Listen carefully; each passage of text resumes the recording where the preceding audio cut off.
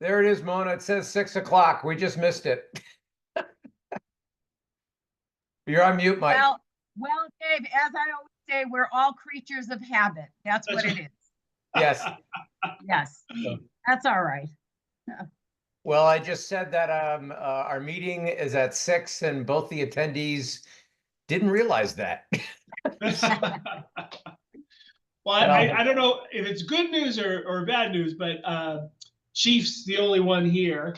So good we didn't keep too many people waiting, but unfortunately not many people are attending, I guess. Well, I bet you at 6:30 we light up. That's what's going to happen. Maybe that's it. Maybe that's it.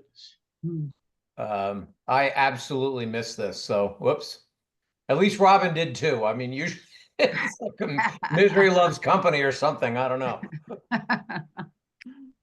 Oh boy. Well, I got the driveway cleared this morning of the slush, and then I cleared off my solar panels, and I guess I have to do it all over on Saturday, and then do it all over on Sunday, and then on I Wednesday. saw that. Yeah. Well, the good thing is nobody has to work Saturday or Sunday, so that makes all cleanup easier, I think. True. Yeah. We're not all rushing. Yeah. Yes. But I'm done. That's it. I'm done. Oh man.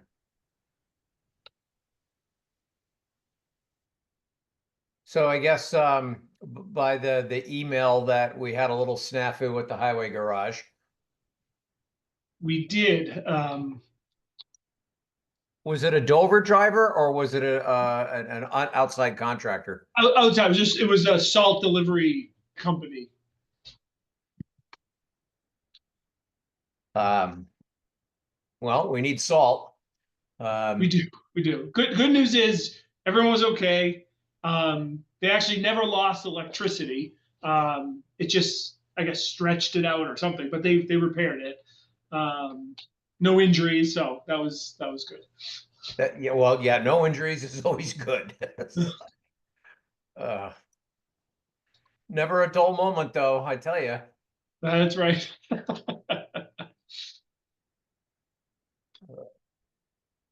Chris, how are you at burying electrical wires? Can you go out and handle that? We'll start digging. All right. So sure, it's no problem. Yeah. Oh boy.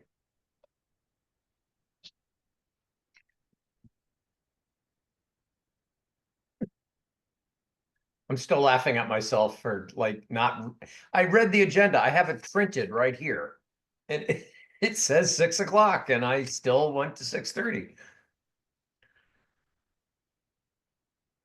Well, and again, we'll touch on it, but part of that was given it was just not a normal night, and we had some probably extra discussion that will look like we won't have tonight. So in hindsight, we probably could have just kept it at 6:30, but. But then now you see why I'm like, let's just have a meeting and get all the perfunctory stuff done. Because if you don't, then you fall behind, and then you have a marathon meeting. Right, exactly. Yep. All right, give me just one second. Right.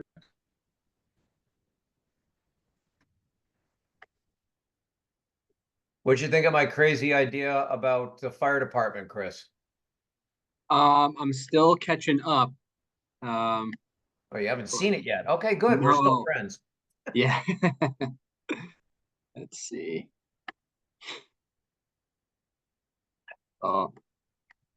Lots of catching up this week. It's been a busy one. Yeah, I bet. So.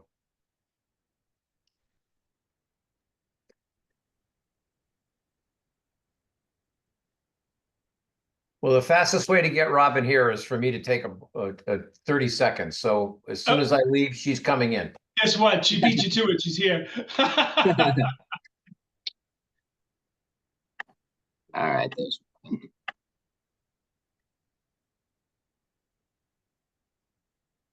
God, you guys are killing me.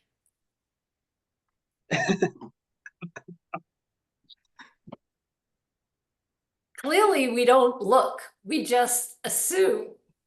Well, Mona said we're all creatures of habit, which is true. I didn't even notice. Now I went back and I looked at the email and I was like, oh my God.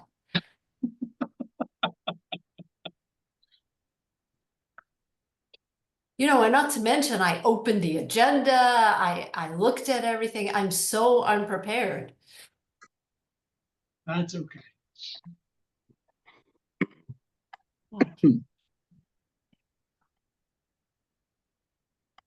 I'll leave it to you. Dave mentioned that the general public may even not realize. So whether you want to do citizens comments now or if you want to wait, I'll leave that to you. See what happens at 6:30. I say we do them right now, then we don't have to worry about it. There you go. I mean, should we reverse the agenda a little bit and maybe do the consent agenda? Well, the What? chief's here, Okay. so I'd recommend we at least do that so we don't keep Joe waiting. But certainly, All yeah, right. we could do So some of that. somebody read it. Yes. Good to know. Good to know. Well, misery loves company, Robin, so we both just flat out missed it. You just have to bear with me a second because everything is not working the way I need it to.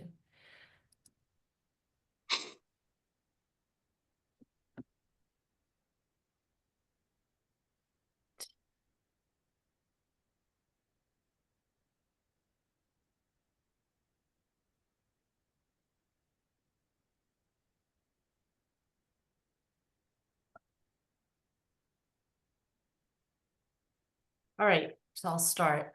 Good evening, everybody. Apologies for the confusion here, but misery loves company. It turns out the two selectmen did not notice that the meeting time changed to 6, and we were both on schedule for a 6:30 start. So apologies.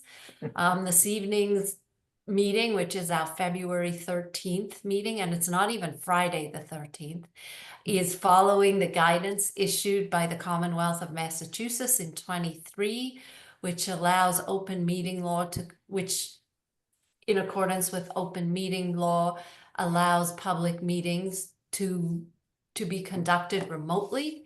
And this evening we are conducting our meeting using Zoom video conferencing technology, and we are using a webinar format. The link to the webinar is on our agenda, which can be found on the town website. Before we begin, I will take a roll call vote. I am present, Robin Hunter. Hi, Dave Haviland present. Thank you. So we will start the meeting. Typically, what we do is we have citizens' comments at 6 p.m. So what I am going to do this evening is ask for citizens' comments. If anybody has a comment, they should raise their hand and we will allow them to speak. If there are no comments, we will again ask for citizen comments as close to 6:30 as possible. So are there any citizens' comments? It's just Joe and Dick Malcolm on here, so Okay. Okay, so there being none, why don't we start with item 1.1 on the agenda, which is the police Vinci is going to make a recommendation for an appointment of a full-time officer.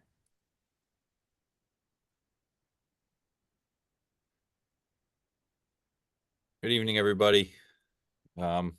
Hey, apologies. Oh yeah, no worries at all. So thank you for taking the time tonight and adding me to the agenda. So as you know, we had a dispatcher that had left the department to join the police academy, and we recently have filled that position with an officer from Norwood. He worked in Norwood for 15 years. His name is Michael O'Brien. So with the board's appointment, he'll be joining us on Tuesday, February 18th to start his field training. But Officer O'Brien has, like I said, 15 years of experience. He's a former United States Marine. You know, held in high esteem in Norwood PD, but was looking for a change, and reached out to me when the job posting was put up at the beginning of January. So we're excited to bring him on. I think he'll be a valuable asset. He brings a wealth of experience. In addition, he's a taser instructor, a firearms instructor, so he brings a lot of skills that will certainly help the agency as a whole. So with the board's approval, I would like to suggest that he be appointed as a full-time police officer effective February 18th of 2025. So this is a great opportunity for us as a town because there's no police academy. I'm assuming with 15 years experience, he's already been through Right. that. And That's just correct. all of these other experience will really be a benefit to us as a town. So I certainly think it's a win-win. I don't have any additional comments. I don't have any comments. I mean, I'm curious, Chief, how did you find him? So we had put the post out through Maya, and it had gone on a couple other websites, including the town's website. And he had reached out to me. So we had a couple applicants. He was the most qualified. And again, to Robin's point, it's nice when we get a full-time trained officer because we don't have to wait those 6 months for the academy. So we'll literally plug Officer O'Brien in. He'll ride with the Dover officer for probably maybe 3-4 weeks, and then he's going to be on the road on his own, counting towards the staffing on our shifts. So it's a great opportunity for us to get a full-time experienced, well-rounded, community-oriented police officer, and we don't have to wait.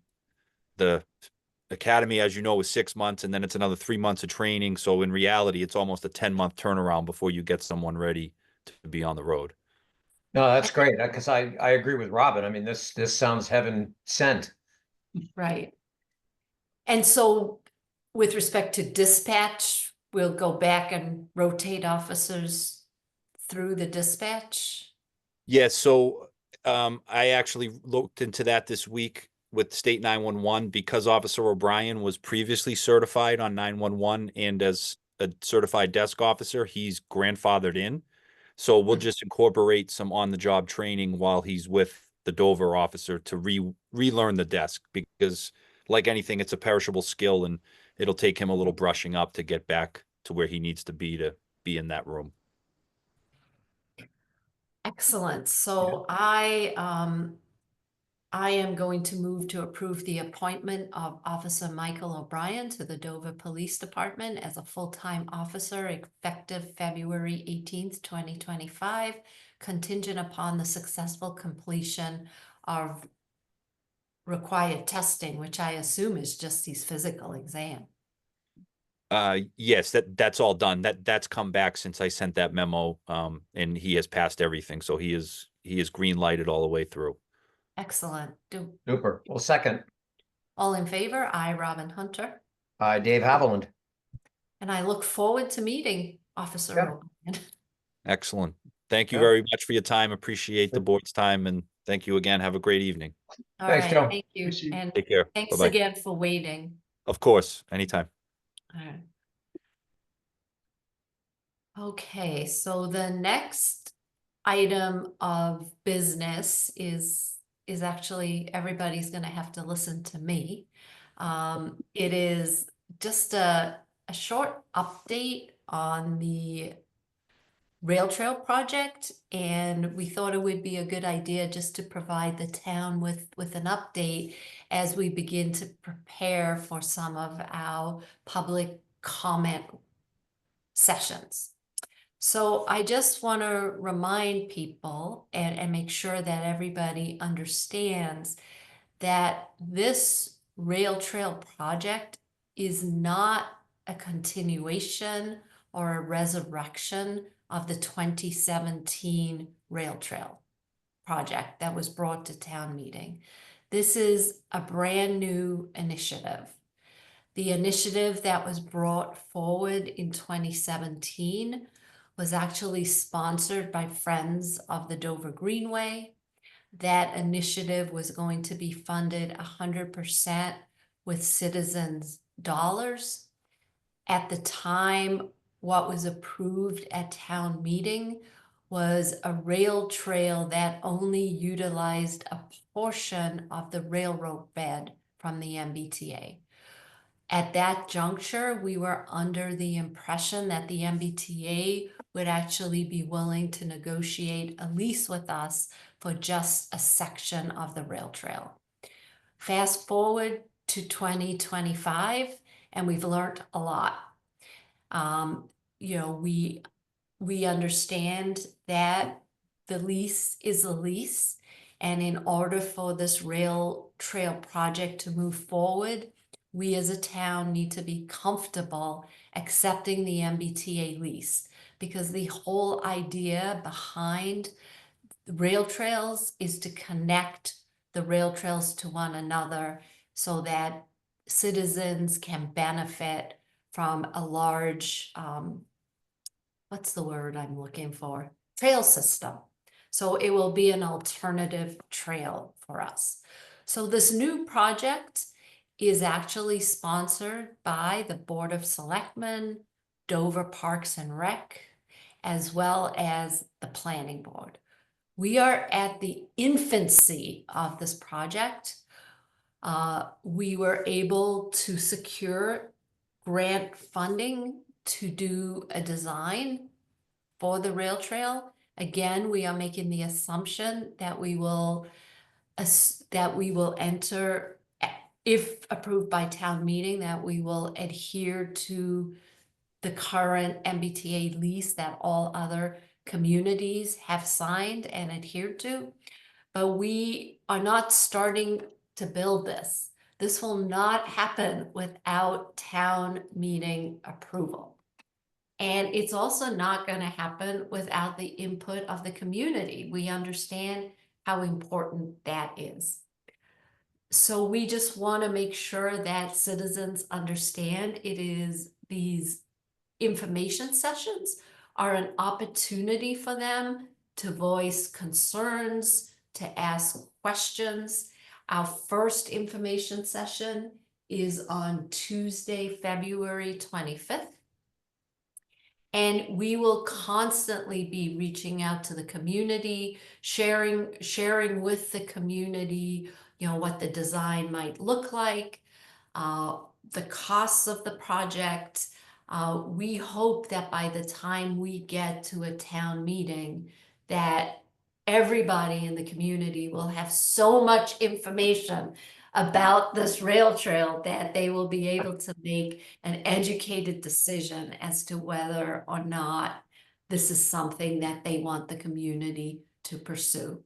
So as we begin to solidify what it might look like, what the costs would be, how it's going to be paid for, as we listen to comments from the community, you know, the project will take on a life of its own. We will have updates on the website. We will have updates in the newsletter. We will hold information sessions.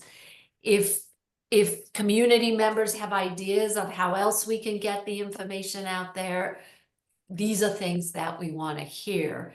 But I want to make certain that what everybody understands is we are not building the rail trail tomorrow. This is not a resurrection of the 2017 project. This is a brand new project that we are really excited to watch it unfold, and hope that at the end of the day, if this is something that the town wants, that we will find a way to get it done. So stay tuned. Please, you know, be on the lookout. There is a press release going out regarding the first information session. There, in the press release, citizens will be able to see emails, addresses, and links on how to get information. Right now, there is not a lot of information.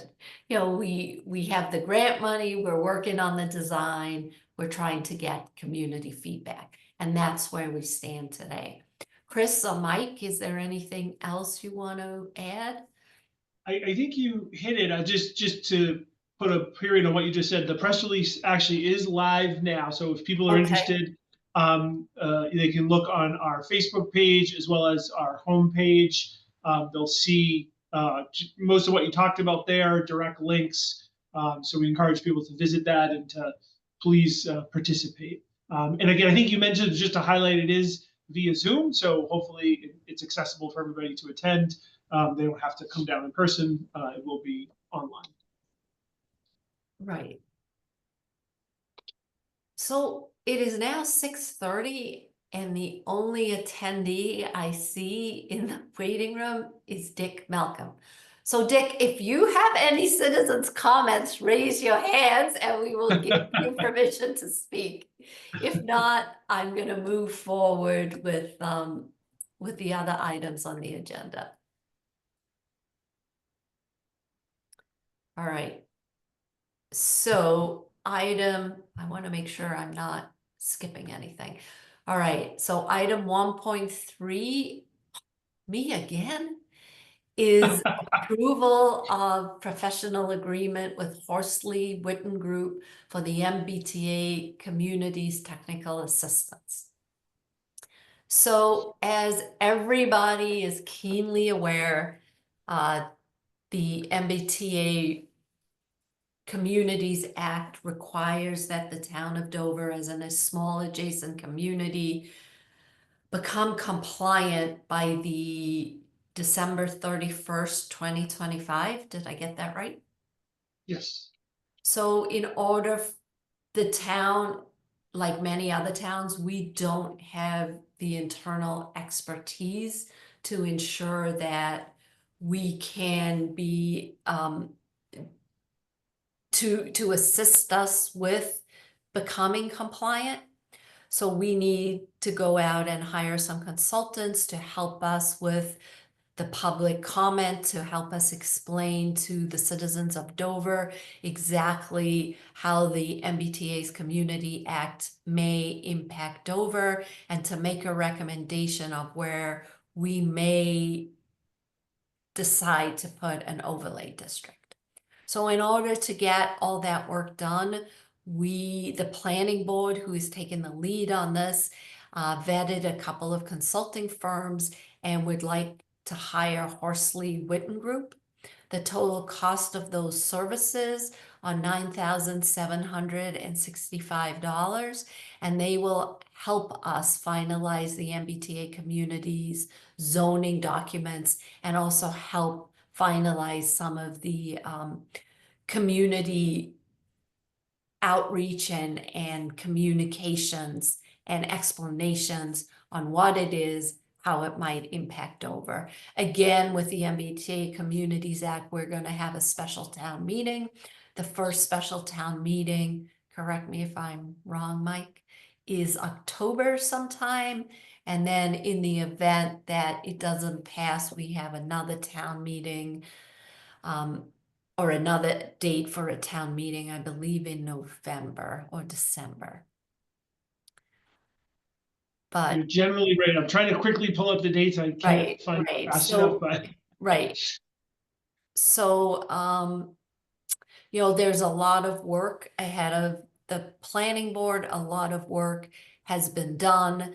There is a page on the website, but as soon as we complete this last piece of the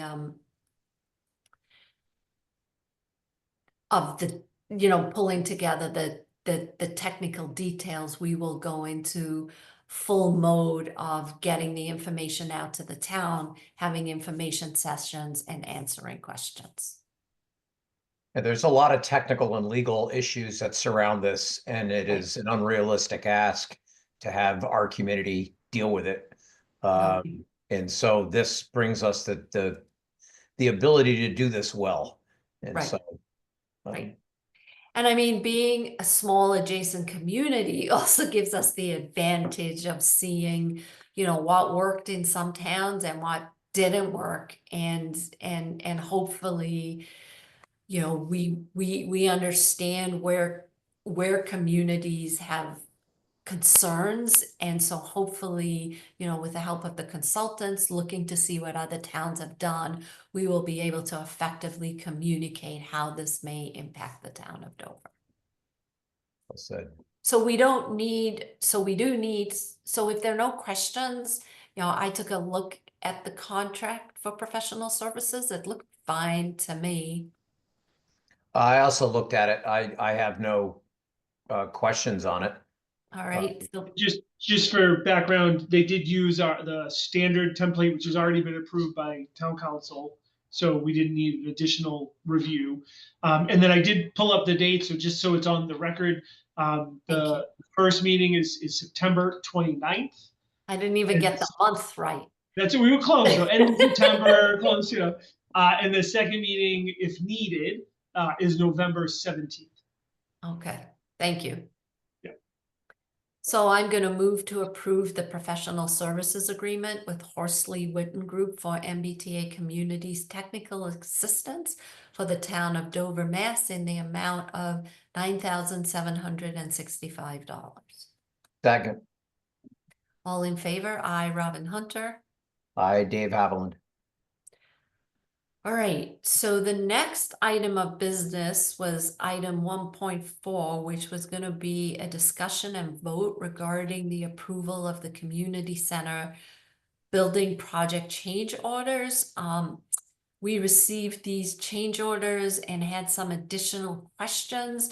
And since this meeting wasn't really a scheduled meeting, the building committee is going to go back and answer some of those questions, and we will vote on these at our next meeting.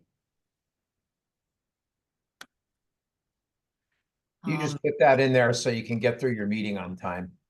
Having started 17 minutes late. Not that anybody is, Counting. right. All right, so finally, people can stop listening to me. And the next item is update on fiscal year 25 goals and priorities. And I believe, Mike, you are going to take over here. So I will take over. We actually skipped a couple. Oh, we skipped the budget. And we skipped town meeting warrant articles. Oh, wow. How did I do that? 1-5. Oh. That tab's just not working for you today. No, it isn't. Okay, so we're going to go back to item 1.5, which is the Board of Selectmen orders of the town meeting warrants. Do we still have the same? I see we still have the same number of warrants. Yeah, so we won't have a formal ordering tonight because I'm still working with Nina. We were hoping to have something hot off the presses before your meeting, but we didn't quite get there. So what's in your packet is generally the same thing you saw at your last meeting, with the exception of the Board of Fire Engineers formally pulled off their article for the strong fire chief. So we have physically removed that.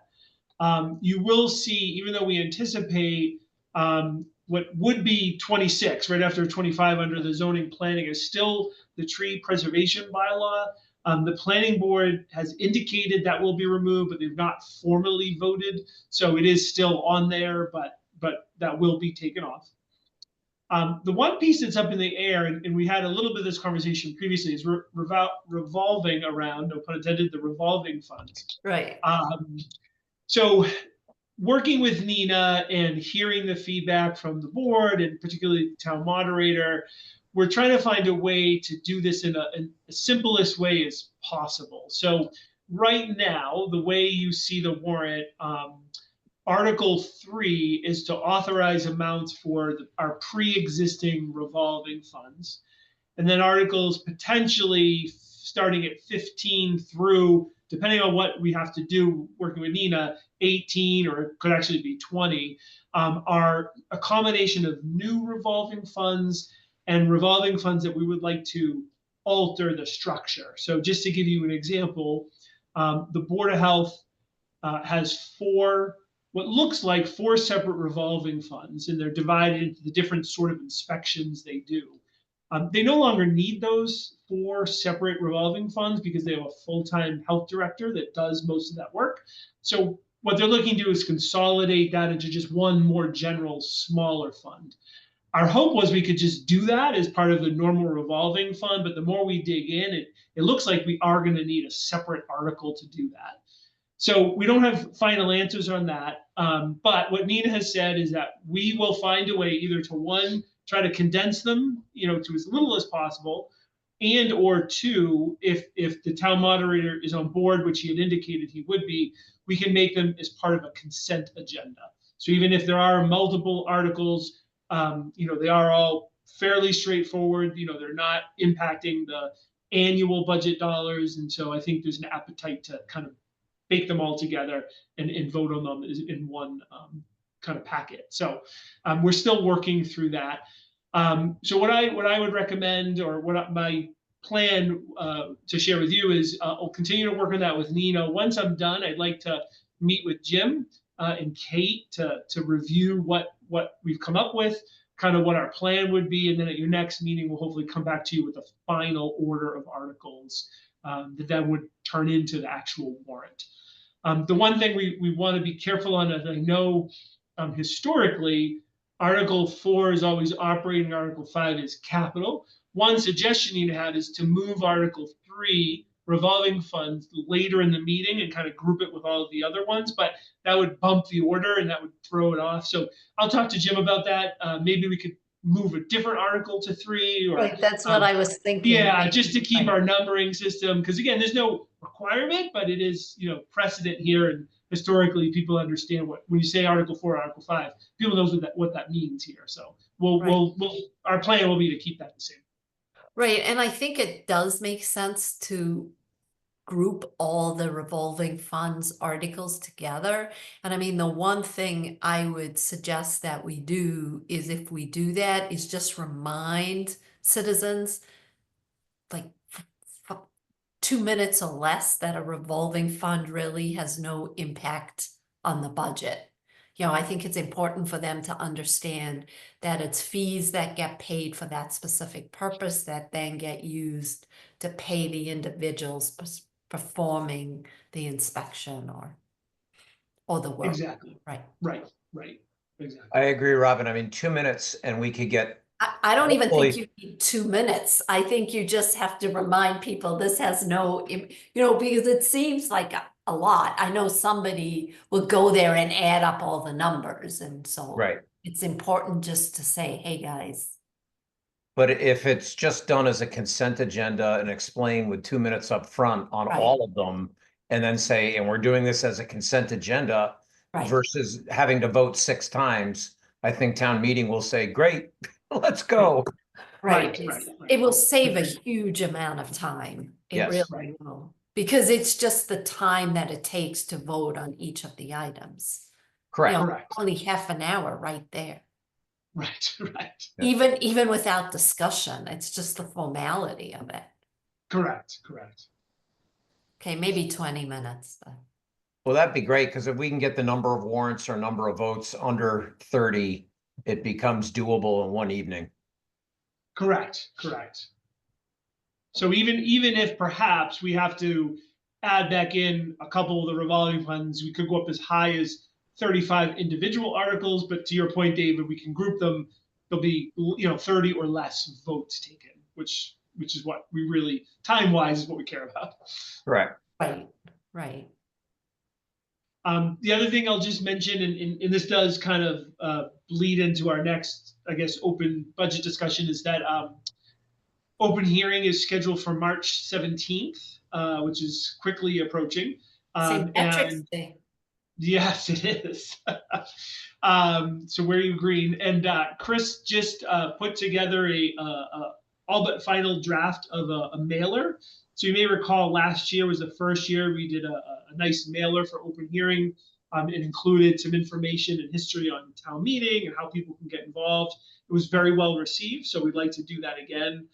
We did send the draft to the warrant committee chairs to give a quick look. And as soon as they get their feedback to us, we'll plan on finishing that and getting it to the printer and then out into people's homes. So there'll be That's some that's notes. great. That was really, really good. Yeah, yeah. And It was and I'm very well assuming we'll received. put the mailer on the website as well. Yes, yep. Mail will be one part of that puzzle. We'll use social media, our newsletter, website, all our Right. channels. Did we do, I can't remember, did we do like a special edition of the digital newsletter focused on town meeting? I'll look to Chris for that. I don't Yeah, remember. we ended up not doing it, but we did take a heavy focus on Okay. town meeting stuff. I think, in conjunction with this mailer, kind of thinking of this in two parts. Lead up to open hearing, and then after open hearing, lead up to town meeting. So we're going to make all information that we have available through any channel that we have over the course of the Excellent. months. Right. No, that makes a lot of sense. Okay. And then just while we're on mailing, and again, part of the next item too, we will again, our warrant when we mail it will be the full size, which again was also a change that was well received last year. Eight And and a the half warrant, by 11? yes, right. So you can actually read it. And the same is the warrant committee has asked us to design, as we work through the design of the blue book, to look at making that and working with the printer to make that an 8.5 by 11 as well, which again would be much more legible and easier to read, particularly the tables and things like that. So, we're hopeful that'll be a positive, well-received change as well as that goes up this year. Right. I mean, it will be great if the tables can be, if everything can be portrait and you're not kind of turning it around. And it's also Right. going to be thinner because I'm assuming you're going to be able to put more on each piece of paper. Correct. Exactly. No, that will be great. I know it's different, but it will be really good. Yeah, and I think you're right. It is different, but given the feedback we received when we did the warrant that way, it was just overwhelmingly positive. People were so appreciative. We think people will feel the same once they get the blue book in their hand and see the difference. Right. Okay. Well, it's still going to be blue. It's still going to have the same information. It's just people will be able to read it easier. Right. Correct. So, I mean, It'll just be bigger. Right. This will be Right. bigger. Right.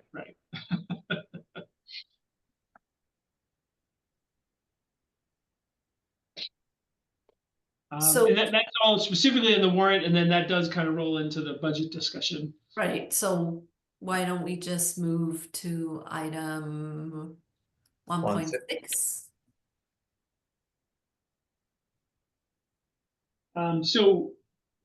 We don't have anything, a formal presentation tonight, but Dave, I thought, had a great suggestion to add this just as a reoccurring agenda item so that we can just kind of, be able to talk about it in open session. If there's any questions, just to kind of give updates. So the update I just wanted to give is that the informal working group had a chance to meet, which was great. And we've got some work to do behind the scenes, which we hope to be finishing up between this week and next. And then we'll look to pull together the group again, probably the last week in February, so that we can, finalize our model and as really kind of put the finishing touches on things as we get into open hearing. Right. And I think, it was really good having the first version of the budget, even though it was somewhat scary, but completely pulled together. What we're really trying to work on now is to find a way to do a simple waterfall of the debt so that we can show citizens, what the debt levels are, how they fall off, and what the impact of potentially adding capital via debt will have on that total debt coverage for the town, so to speak. So I thought it might be easier for people or for citizens to understand that if we could put together this simple waterfall chart. So I've been working a little bit with Carl. I mean, this goes to the selectmen updates, but since this is the budget, I think it makes sense to discuss it here. But, you know, the warrant committee has been very, very much engaged in the whole process. And they have been really receptive to learning about the budget.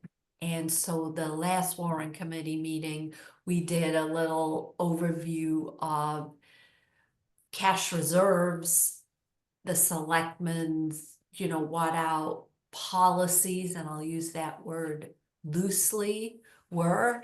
And I think that really was a catalyst for great conversation. And I think the presentation was well received. It was really just a high level cash reserves 101 and Dover's philosophy or our policies. So, you know, going forward as we begin to pull together the town meeting spot on the website, it may be a good thing. You know, maybe we clean it up a little bit and put it on the website just so citizens can educate themselves, because I do think it's not an easy concept. You know, these cash reserves and the requirements do impact our bond rating, which is one of the things that is important to us to maintain that AAA rating. So I think it's important for citizens to understand what that means relative to our budget, you know, how much cash reserves we need to have. But, you know, it's been a really engaged warrant committee, so they've been great to work with. I'd second that. Are you all set, Robin? Because I have like 3 or 4 very disparate oddball comments. Sure, go for it. So the first one is really not finance related, but the question got asked of me with the open meeting law allowing us on Zoom. Is that set to expire? Someone So you're stealing one of my town administrator updates. But, sorry, Mike. Well, go ahead. No, I'll talk about it now. So yes. So the existing law that allows virtual public meetings is set to expire on March 31st. Those were the temporary provisions that were first implemented way back in March of 2020, and they've been extended a few times, but they've yet to be made permanent. However, Governor Healy has put forth some legislation to permanently enable our ability to have remote meetings. So we've been staying in tune with our Massachusetts Municipal Association, who's really pushing for that. You know, there's some question of if the act that she filed, because it includes a number of other municipal related things, will be in a place to pass by then or not. And if not, there's some additional bills that have been filed for just extending the remote open meeting law piece as well. So yes, it is set to expire, but we're very hopeful and have assurances from the state that they intend to extend that, if not, make it permanent. Okay, I didn't know how to answer the question because I didn't know it myself. So yeah. Okay, thank you. The second one, so the town right now, there was a lot of talk about not mailing out the blue book.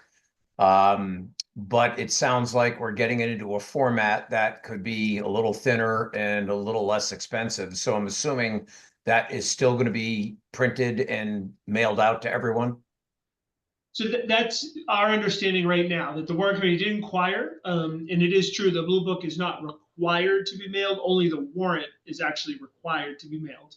However, yes, our intention was this year to change the formatting. We do believe that'll bring down the printing costs in particular, because it's not as complicated to print, and it's easier for the printer to set up. So we'll see some savings there. But I do think that is still something they want to consider in future years of whether or not the blue book continues to get mailed or not. Okay. Right, and you know, warrant, their discussion was change is hard. You don't want to do it all at once. So let's move to this new format which is also gonna be a little easier to create a PDF of. And, you know, we could have the PDF version on the website as well, and then maybe gradually, you know, which was something that they did with the town report. You know, for the most part, people like the town report not getting mailed to them. They like the electronic version. However, there are citizens in Dover who feel as though not mailing it to every household has really not serving a benefit to the town. So, you know, it's hard to find the right balance. You know, we do have printed copies and they are made available.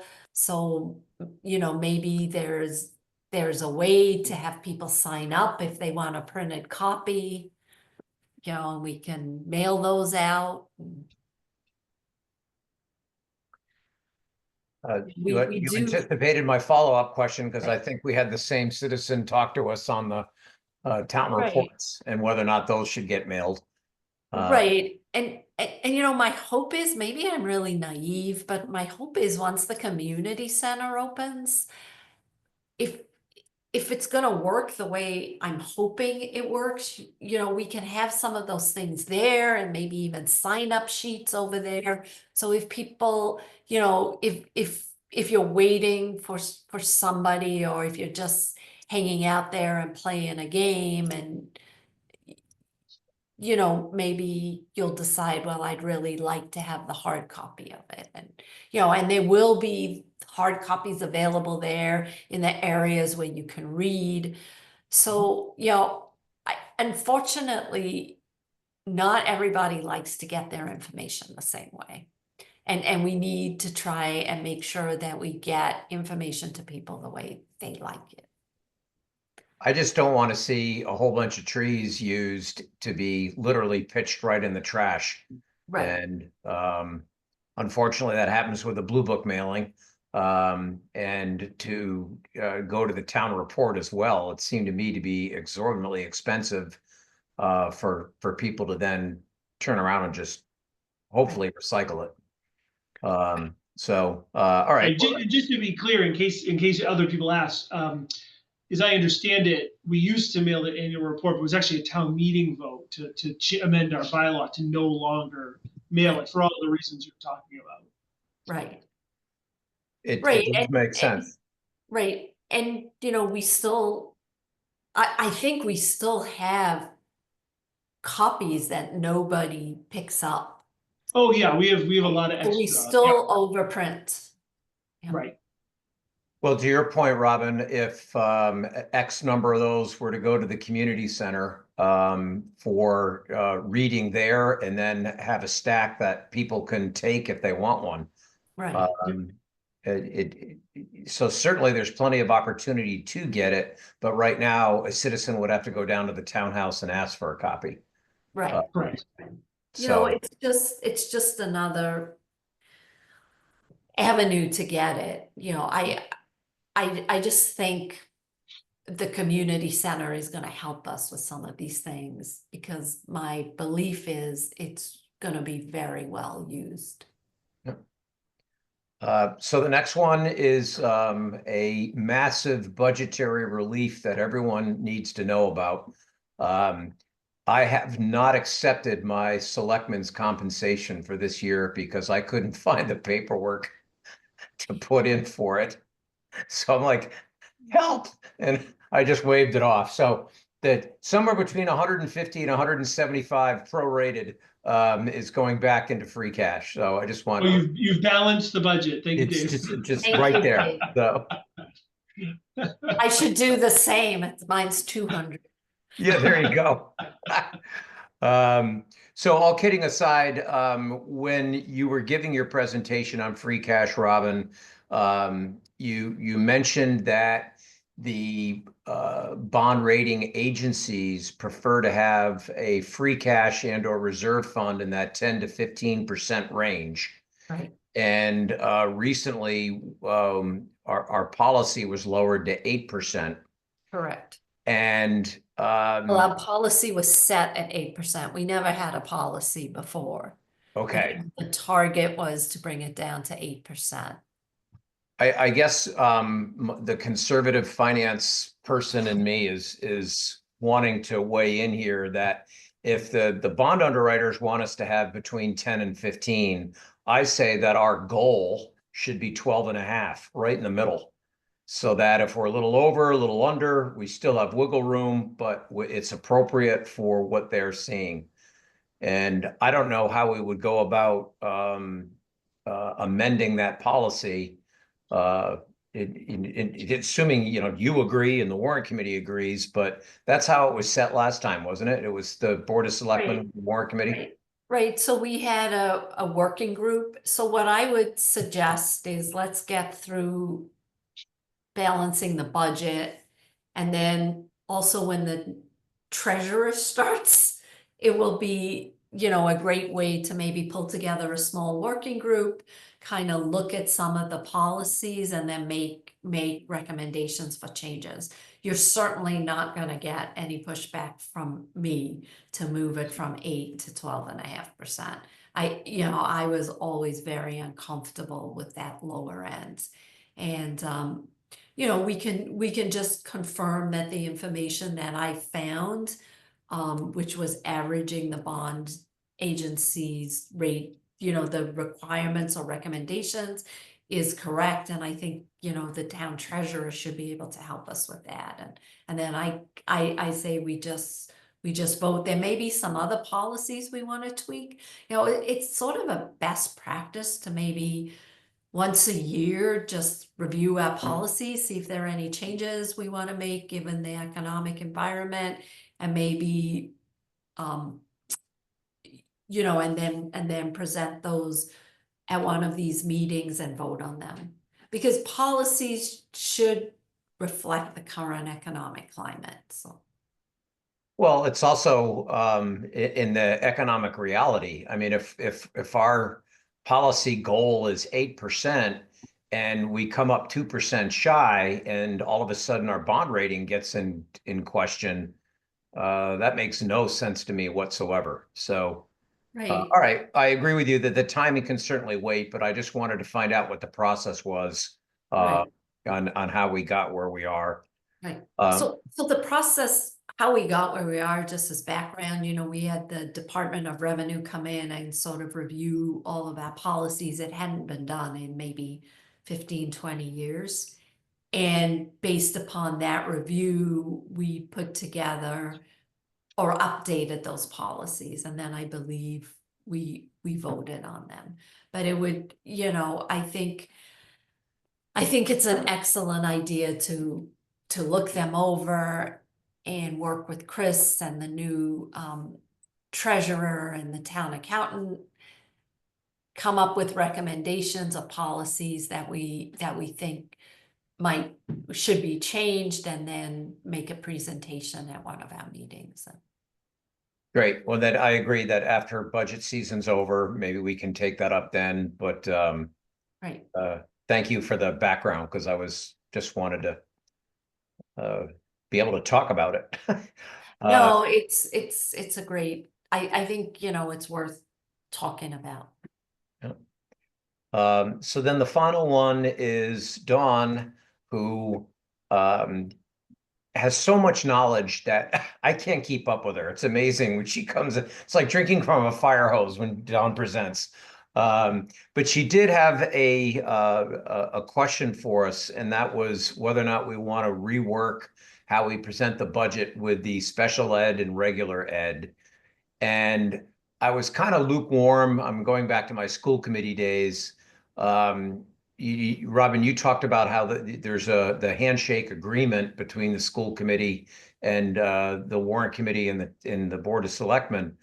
That was in place back when I was on school committee, and we were always of the ilk of, okay, speds over here, regular eds here, and just tell people what's going on and why. And the town has supported that. So I was a little bit, I don't know, lukewarm is the only word I can come up with. But today, I don't know if you guys had a chance to read the Globe, but evidently the US government has delivered to the Commonwealth 10 deficiencies on how we process the federal aid to Massachusetts regarding SPED. And I now am very concerned that this might be, for lack of a better word, retribution from a red federal government to a blue state government, and that funding may not be forthcoming. So we need to be very careful about how we present, and whether or not this is the year to try and change something, I don't know. But that there was another article in the Globe talking about education in the state budget as well. So it just put two caution flags up in the back of my brain, and I wanted to just talk about it here, that before we make a change, we really need to think it through vis-a-vis what is going on way above our pay grade. But everything flows downhill. The federal government pays the state government, and the state government pays the town government. And yeah. Right. So just as a reminder, this decision, we told the school committee we would discuss it at our last meeting in February. And what I wanted to do was to ask Dawn to put together a schedule to show what she is thinking about, because it's a timing thing. And we can ask her to also put together the schedule to demonstrate what the impact would be if the funding didn't happen the way we expect it to happen the following year. And also maybe they could just give us an update of how much of Dover's funding actually comes from federal government funding through the state. Because a lot of the funding dollars are for meals and, you know, food stamps and a bunch of different things. And I don't, because there was an article in the Boston Globe also that sort of was telling you what the composition of that was. So I was actually gonna ask Dawn if maybe she could come to our meeting and just because I'm sure all the business managers and school superintendents, they're talking about this. Because Yes. I can tell you from my line of business, the universities and hospitals in Massachusetts have been annihilated by the NIH grant cuts. Or Agreed. potential cuts, you know, nobody knows how much of this is. Right. Yeah. Well, it's well said. My only point is the notes of caution, because if what we think is going to happen is disrupted, I just don't want us to be holding the bag if it's preventable, and it might not be preventable, but Right. so okay, we'll talk about that at our next meeting and go from there. So, Right. well, I thank you. Those were my disparate finance questions.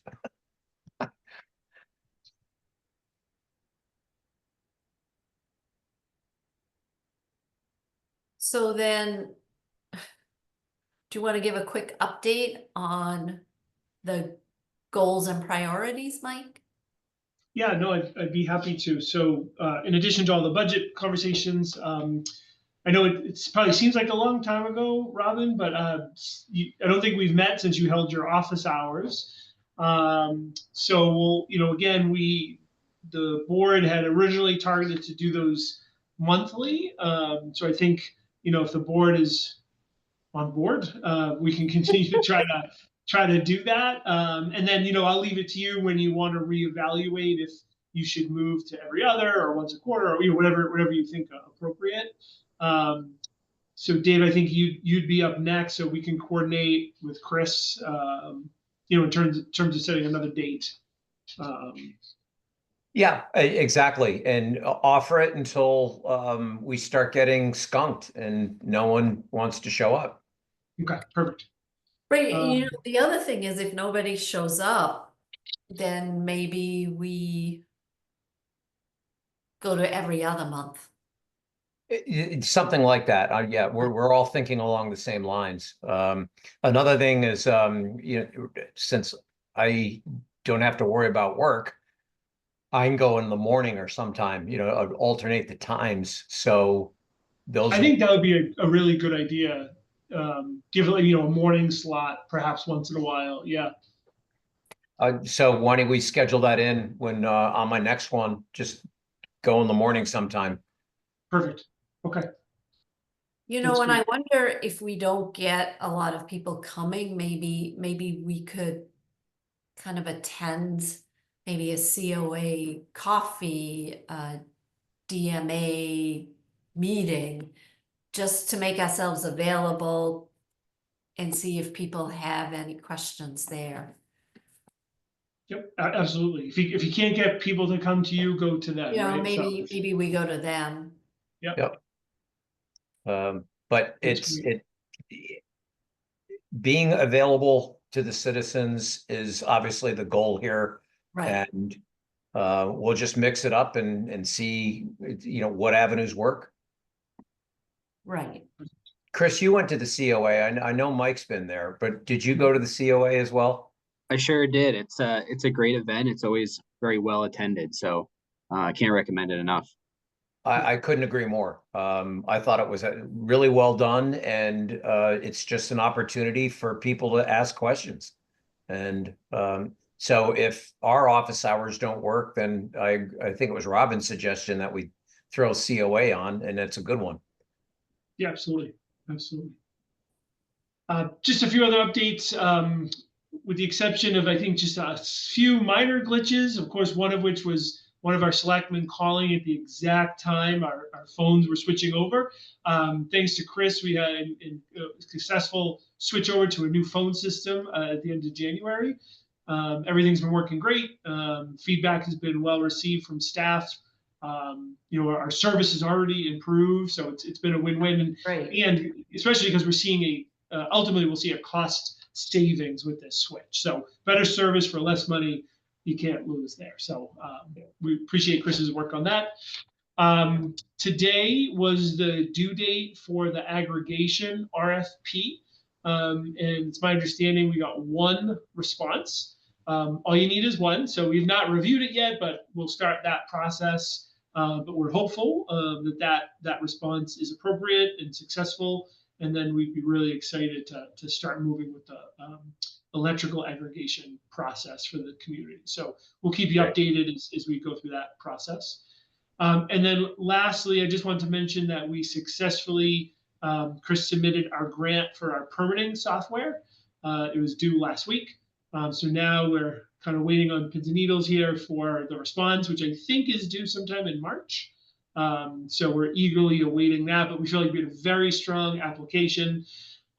Just for the board's benefit, what we've done in addition to the grant application, we wanted to hopefully be in a position to be hitting the ground running if we are awarded the grant.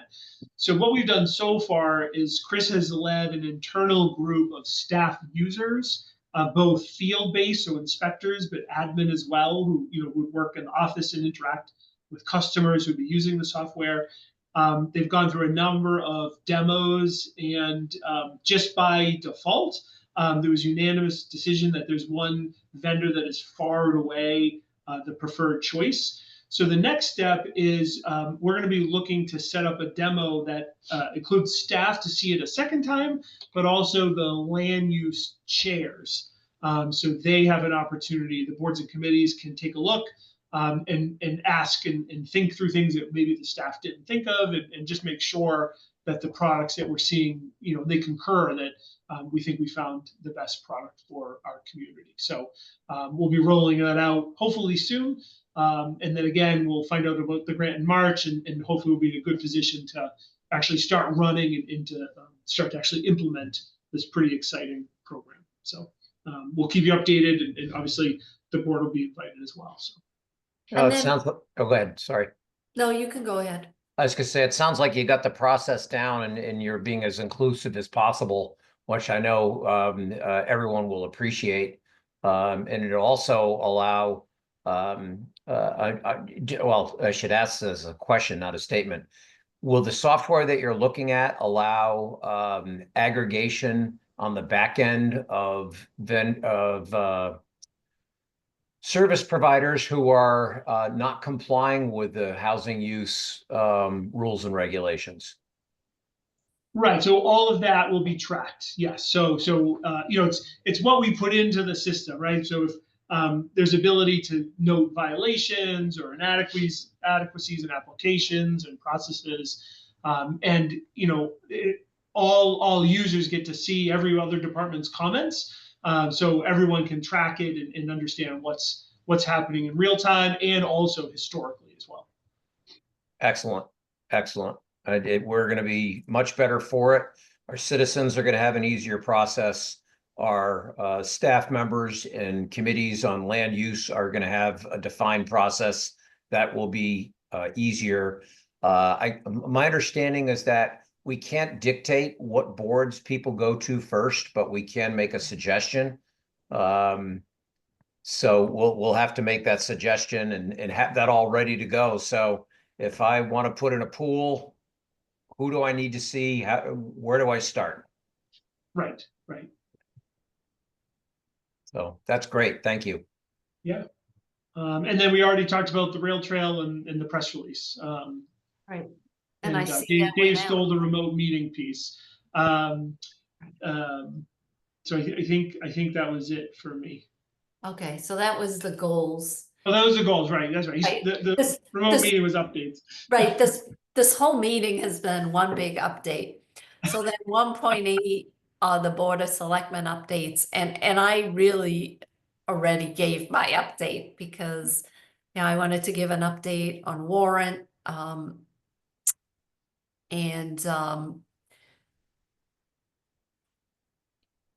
that was like the biggest update that I had to provide. So I don't know about you. Do you have anything, Dave? The only thing is it's on the building committee.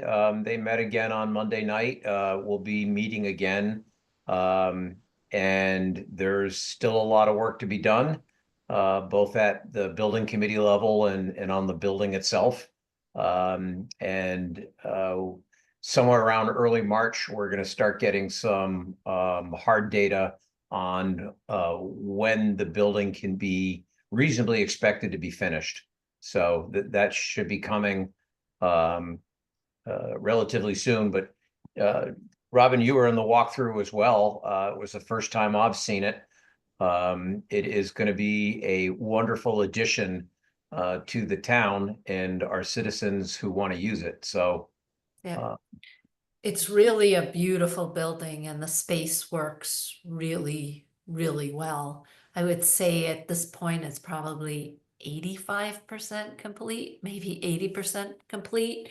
There's still a lot of finishing work that needs to happen both inside and outside, but walking through there, you get a sense of the space and the building committee, the town staff have done an excellent job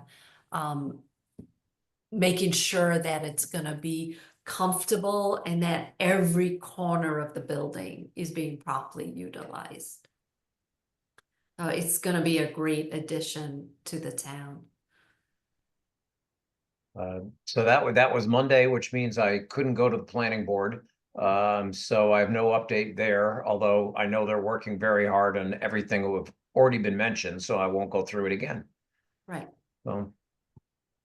All right, and then Mike, we'll move to 1.9. Do you have some additional updates that you want to just one more, which is really great news.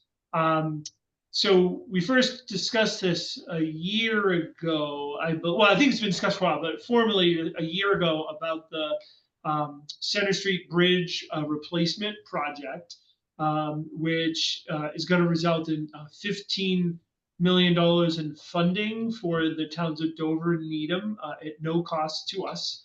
And just very excited to announce that we just signed a contract you actually approved last January, but the money just came to fruition. We got a notice to proceed from the state for a $2.5 million design and engineering contract for that work. So that'll be starting now. So it's very, very exciting. I appreciate Kevin McCabe and his work on this. The bridge does span Dover and Needham, and he's been really pulling the work on this for both communities. So just really appreciate his efforts, but that's pretty exciting. And that $2.5 million includes $2 million for the project, and there was a 20% cost that, in theory, the town was supposed to chip in, but Kevin was able to get the Mass DOT to actually cover that additional 20% as well. So this really is no cost to the community other than Kevin's time and effort, which is certainly great, but no real dollars. So just wanted to announce that. Pretty exciting as that project starts to move forward. As a reminder, that's some ways down the way. I believe even the design and engineering isn't finished until 2030, I think. So this is not an overnight project, but it is underway. So that's exciting. So people shouldn't be concerned right now of the bridge being closed for some period of time. There's still a lot of work ahead. That is a ways away. It'll be next decade, so. But it will happen. It will happen. And so the design of that, is it all done by DOT, Mike, or do? So DOT is providing the funding. They're part of the process, but it's an engineering company, TEC, who's actually doing the work. Okay. I just was curious. We talked about the rail trail earlier. The biggest problem with connecting to Needham is the bridge. And from a safety standpoint, hoping the new Center Street Bridge has a pedestrian and/or bike lane that, as a default, could carry or connect Needham to Dover for the rail trail, but also just, we all know how tight that current Center Street Bridge is. And that's what I was gonna say, just making it a little wider. If you get any kind of commercial vehicle going over it, it's, you wanna wait and let them go over.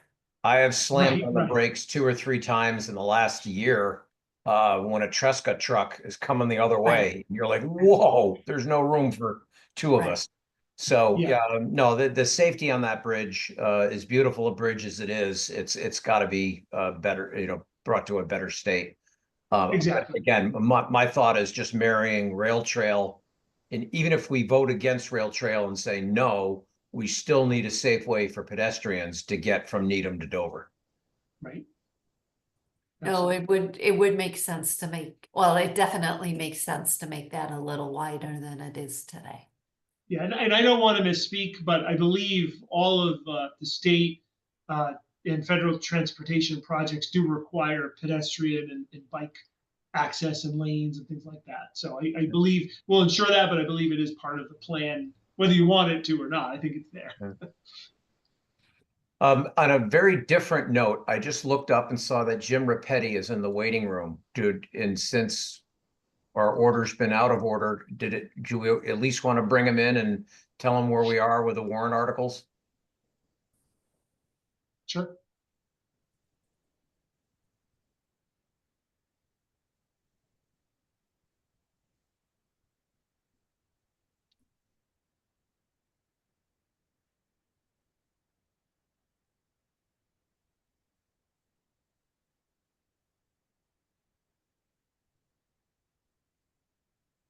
There we go. Hi, sorry I'm late. Hey, Jim. Better Well, late guess than what, Jim? never, We I were guess. all late, so don't worry about it. Okay. It's a busy time of year. It That's is. right. So, Mike, do you just want to quickly summarize what you did for us? Yeah, so Jim, you have a copy of the list. We sent it out for last week, but even though we're meeting this, it's the same list. And what I let the board know is I was hoping to have a definitive answer today, but I'm still working with Nina so that we can figure out how to, in the most simplest and effective way, handle all the various revolving funds. I believe you brought it up the last time we met and asked if we could make it a consent agenda. Nina did agree. As long as you were on board with that, we can do that. So she's just working through exactly how many items we'll need, but it's certainly possible that we'll do that as a consent agenda. So my plan with the board was to finish getting Nina's input, and then I would try to chat with you and Kate just to map out what Nina suggested and make sure that you two are on board with it. Okay, great. Well, thank you. It's going to be a busy night. Yeah, well, we figured we could save between 20 and 30 minutes if you don't have to vote individually on all of those Oh, revolving. yeah, right, Because Right, just right. just Right. going through the process of voting. Right. right. Even with the electronic voting, you're right. Exactly, Yeah. exactly, Right. exactly. And we also talked about that there should be maybe a 1 minute or 2 minute explanation in front of the consent agenda, just reminding citizens that this really has no budget impact. It's funding for certain services, so the fees cover the expense. I think that's an important reminder. That's a great idea, Robin. I agree. Very good. Thank you. Yeah, I mean, That will it save a could lot of take more time. than a minute, right? Right, right. Thank you. Well, again, I apologize for being late, but thank you. No, No well, you worries, can I just- thank Dave for noticing you in as an Attendee. That's right. Well, Dave has been just such a good trooper. He's been in touch with me about the warrant, and we've been talking about, what we could put together in the consent agenda and what we couldn't. And so he's been a great help, and Michael also. So thank you. Thank you. Our Excellent. pleasure. Thank you. So you can put me back into the back row here. Right. Put you back unless you want to be visible for the consent agenda. All right. Well, have a good night, Jim. Thanks, Jim. Okay, thank you. Right. All right, so the next item on our agenda is the consent agenda, which consists of the following items. Acceptance of the Massachusetts Department of Fire Services Firefighter Safety Equipment Grant for $12,960 for the purchase of firefighter safety equipment. Acceptance of the Massachusetts Bureau of Forest Fire Control and Forestry Volunteer Fire Capacity Reimbursement Grant for up to $3,500 for training, prevention, and equipment purchases, and approval of the December 28th, 2023 and January 11th, 25th, and 2024 Board of Selectmen open meeting minutes. You need a second? Yep, so Second. let me move. I move to Oh. approve the consent agenda as presented. Second. All in favor, I, Robin Hunter. Hi, Dave Haviland. All right. And then the next item of business is to let citizens know that the board will enter into executive session to prepare for strategy sessions with respect to collective bargaining for the Dover Police Association. And in accordance with that, I am going to make a motion to move that the board enter into executive session, not to return to open session, to prepare for the strategy sessions with respect to collective bargaining for the Dover Police Association.